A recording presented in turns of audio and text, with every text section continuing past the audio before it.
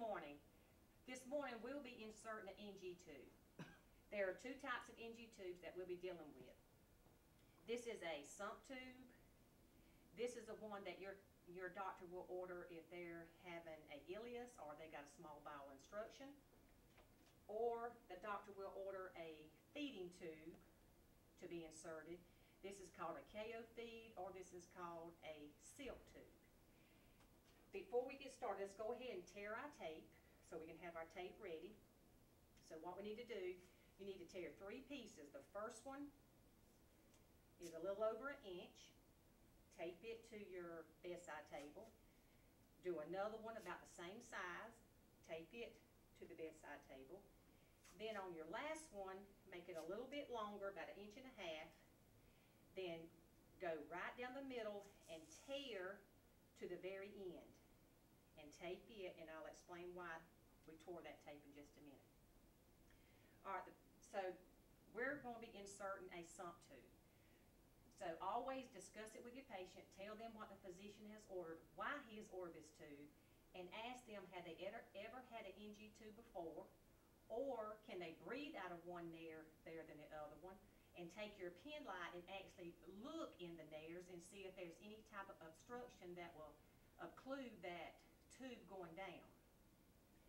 And always get a patient to tell you what type of, if they need to stop the procedure, or they're scared, or they just need to breathe, tell them to raise their hand, and then you can stop the procedure, and then you can continue with the process, but do not pull the tube out. Okay, so the first thing we want to do is take your Sharpie and your NG tube, and we're going to measure the tube from the tip of the nose to the earlobe to your xiphoid, and then add 2 inches to it. Now these tubes are already pre-marked, but we do not want to use these pre-marked tubes because every patient is a different size. So go from the tip of the nose to the earlobe and make your mark that you can tell that from the other pre-mark. Then take that mark and go to your xiphoid and add 2 inches and mark that area. Then we're going to put on our clean gloves. We're going to apply clean gloves. Then lubricate.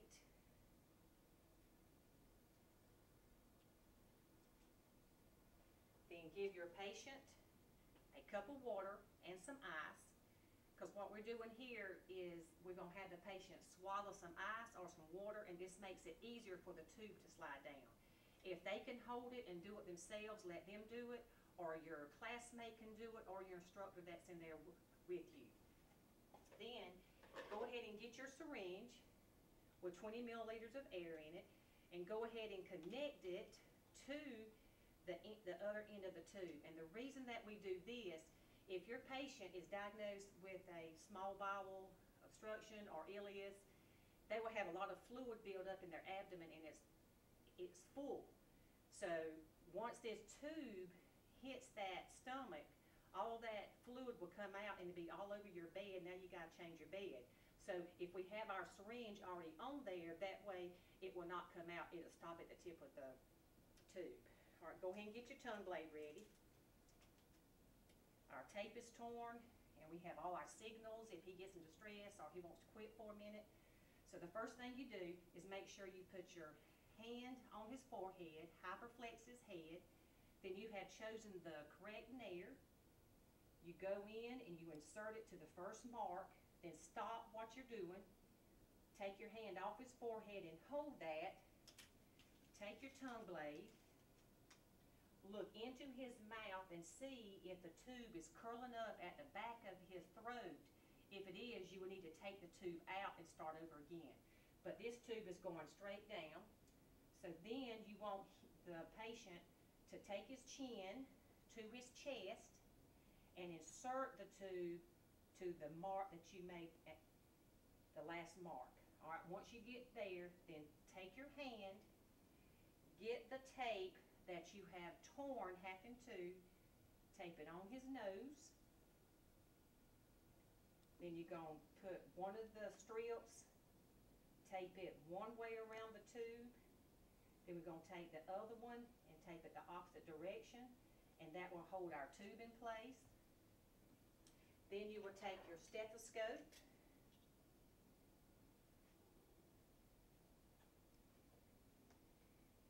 place it on his abdomen, on his stomach. Take your syringe that you already had connected to your tube and push quickly. And what you're going to hear there is like a swoosh, and that means that tube is in the correct place. If you do not hear that, then what you're going to have to do is then draw back, and you will have stomach contents. So what you need to make sure you do is you check placement with the tube by listening for the swishing sound with 20 milliliters of air. Then you will aspirate to see that you've got stomach contents. Now you need to look and see what color stomach contents that is. Then you will need to just push that back in. Then you will take your second piece of tape, tape it over the nose, that gives it some support. Then you would take your third piece of tape,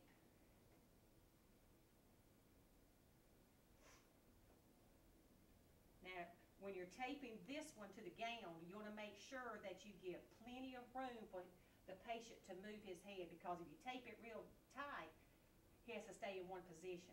So make sure you give him some moving room, and you tape it around the tube. Then you take your safety pin,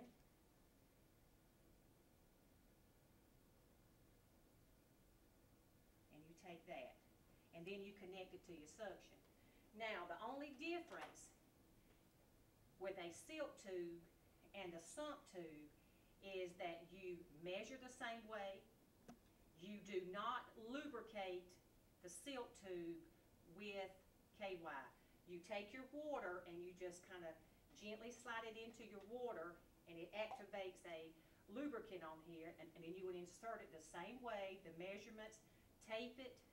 But there's what we call a stylet in this tube. You have to send a order down to the X-ray department, and they will come up and do a portable KUB.